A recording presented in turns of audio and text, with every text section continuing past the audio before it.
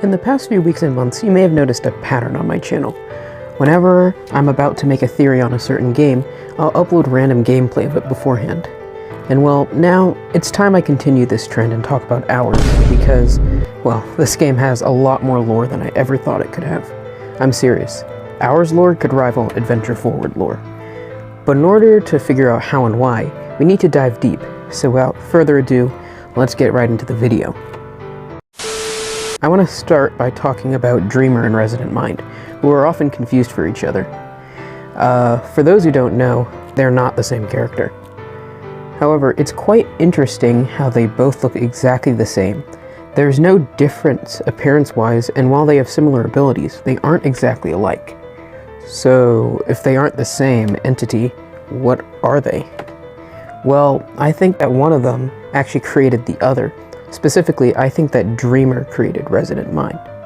Let me explain how I figured this out. If we look at Dreamer's lore, it says, "His mind taken over, his body no longer his. He robbed the world of its prayers and lost his own, to die and be at peace." But right now, we're going to home in on the second part. He robbed the world of its prayers. Sounds pretty familiar to Resident Mind's boss name, All the World's Prayers.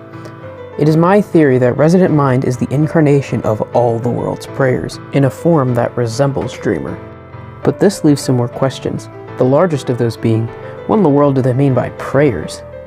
Well, let's do a little experiment and replace the word prayers with souls. Do you see what I'm seeing? Dreamer stole the souls of the world, including his own, and created a near-perfect clone of himself. This clone formed out of the Dreamer's consciousness, a Resident Mind, if you will. Now that we've established this, a lot more things in Hours start to fall into place.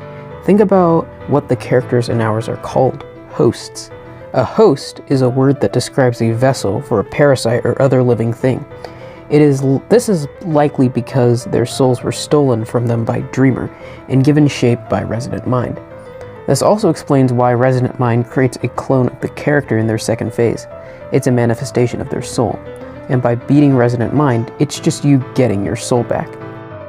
Now, hopefully this all makes sense to you guys, at least a little bit, but of course there's still some mysteries left unsolved. Why does the Dreamer fight Resident Mind then? Why create him in the first place? How does light beneath closed eyes and endless timeless fit into the lore? How do the hosts move if they are apparently soulless beings? To answer those questions, you're gonna have to wait for part 2. Yeah, I'm too lazy to make this any longer than it needs to be, and the video is also pretty darn long as it is. Plus, this is the first voiced one, so I have to figure stuff out. So, just do the funny, like and subscribe, and I'll see you guys later. Goodbye.